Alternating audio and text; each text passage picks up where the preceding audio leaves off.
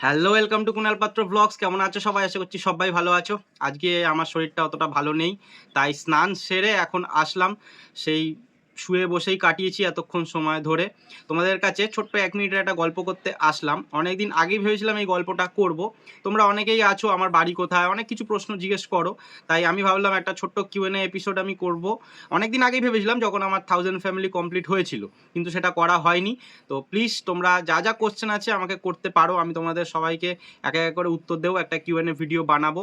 আমি সেই ভিডিওটা রোববার দিনকে পোস্ট করব, তাই প্লিজ ঝট করে যদি কিছু প্রশ্ন জানার থাকে, সেই যেই ব্যাপারই হোক না কেন, তোমরা প্লিজ কমেন্ট করে জানাতে পারো, আমি অবশ্যই উত্তর দেব।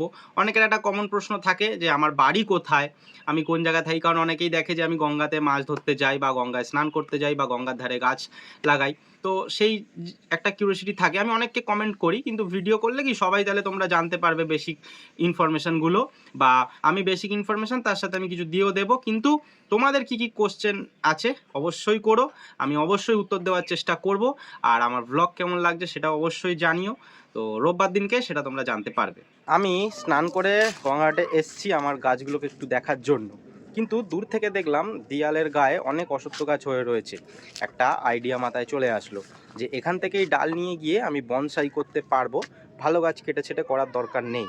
চতুর্দিকে এত অশ্বত্থ গাছ হয়ে রয়েছে, এর মধ্যেই আমি এই ঝোপটা থেকে খুঁজে পেলাম আমার বনসাই করার জন্য একটা অশ্বত্থ গাছের ডাল।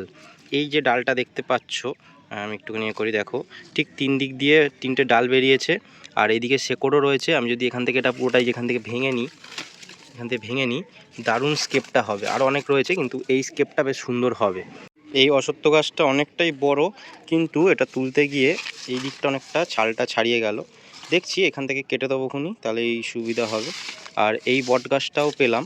এবার এই বট গাছটার মূল শেকড়টা ছিঁড়ে গেছে, এই শেকড়গুলো রয়েছে, দেখা যাক বাঁচে কিনা, তাহলে এটাকে বনসাই করা যাবে। আমি গঙ্গার ঘাট থেকে এই গাছটা তুলে নিয়ে আসলাম, তার একটাই কারণ, কিছুদিন বাদেই কিন্তু এই গাছগুলো কেটে দেবে মিউনিসিপ্যালিটি থেকে লোক এসে, কারণ মান্থলি বা 9 মাসে 6 মাসে একবার কিন্তু হলেও পরিষ্কার করে, তো গাছ কাটা পড়ে যাবে, সেই জন্যই আমি ডালটা ভেঙে নিয়ে আসলাম। যাই হোক, আমি তো ভীষণ এক্সাইটেড, প্রথমবার বনসাই করতে যাচ্ছি। জানি না কেমন হবে, সেটা তো তোমরা জানতে পারবে পরে পরে, কিন্তু আমি ভীষণ এক্সাইটেড। কিন্তু এখনও তোমরা যারা কমেন্ট করোনি, প্লিজ কিন্তু গিয়ে কমেন্টটা করো আগে। আমার গাছটাকে পটিং করা কমপ্লিট হয়ে গেছে। অনেক দিনের একটা ইচ্ছা আজকে দিয়ে শুরু হলো জার্নি। বনসাই হচ্ছে ডেলি বেসিস কাজ, অনেক বছরের কাজ। দেখা যাক আমি এটাকে কেমনভাবে মেনটেন করতে পারি, সেটা তোমাদেরকে তো কম বেশি করে আমি দেখাবোই। কিন্তু তার আগে দেখাই, দেখো বনসাইটা কেমন লাগছে বলো। এবার পুরো কাটছাট করে দিয়েছি। আর তোমরা একটু লক্ষ্য করো, এই বাটিটার একটা সাইডের দিকে রয়েছে আর হেলে রয়েছে। আমি ওরমভাবেই ওটাকে প্ল্যান করেছি। প্রথম কথা, গাছের ছালটা একদিকে উঠে গেছিলো, সেই জন্য সোজা করে রাখলে ছালটা একটুখানি উঠে থাকতো, ওটা বাজে লাগতো।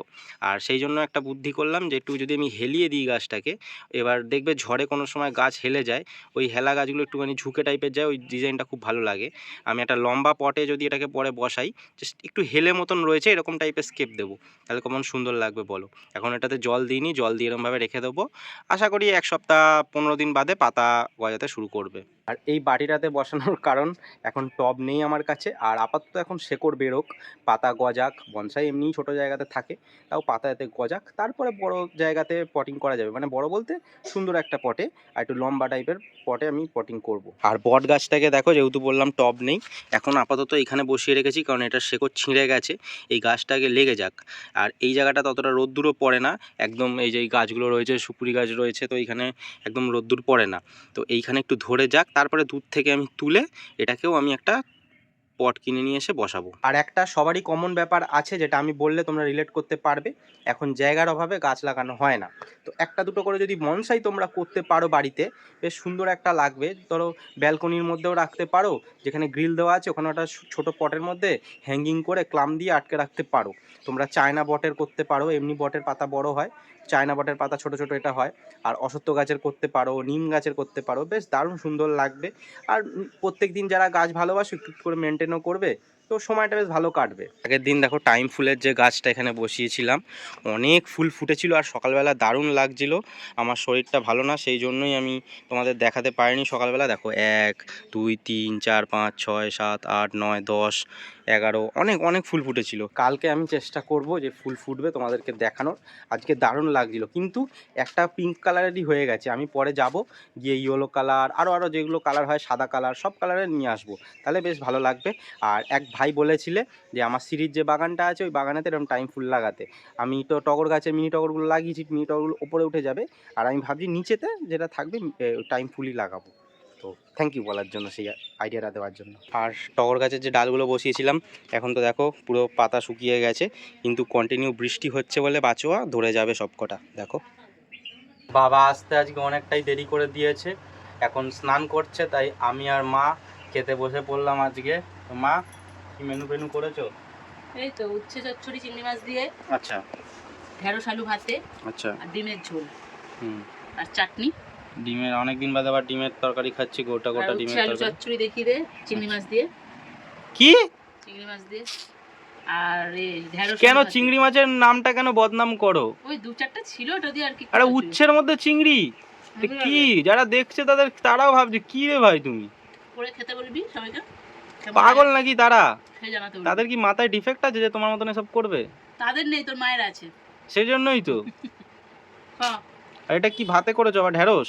ঢেঁড়স ভাতে। আমরা খাওয়া দাওয়া করে নিই। আর একটা কথা তোমাদেরকে বলি, তো তখন বাজে প্রায় 1:10-15।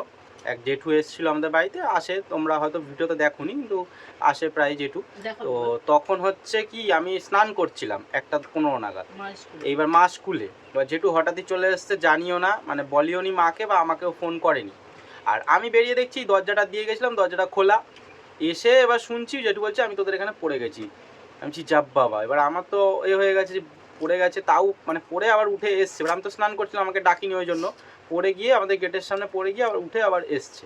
এবার আমি তো আবার কী বলবো, তারপর কিছুক্ষণ পরেই মা চলে আসলো, তখন মা আবার দেখলো বা বললো। এবার বরফ টরফ বলছিলো মা দেওয়ার জন্য, কিন্তু বললো না বরফ দেবো না, তেমন অতটা লাগেনি, যেহেতু এখন হচ্ছে বৃষ্টি হচ্ছে, নরম মাটিটা, ওই জন্য পড়ে গেছে যে লাগেনি। তো এই জন্যই যে বয়স্ক মানুষদের বুঝতে পারবে না, পরে রাত্রে ঘুমাবো, কালকে ব্যথাটা টের পাবে। হ্যাঁ সেটাও হয়, সেটাও হয়, হ্যাঁ, কেন আমাদের দেখবে লেগে গেলে তখন অতটা লাগে না, তারপরে ব্যথা হয়। জোর, মানে এত বয়স হয়ে গেছে কিন্তু উনি সব করবে, হাট বাজার রেশন দোকান আমার বাড়ি আসা, মানে সবকিছু।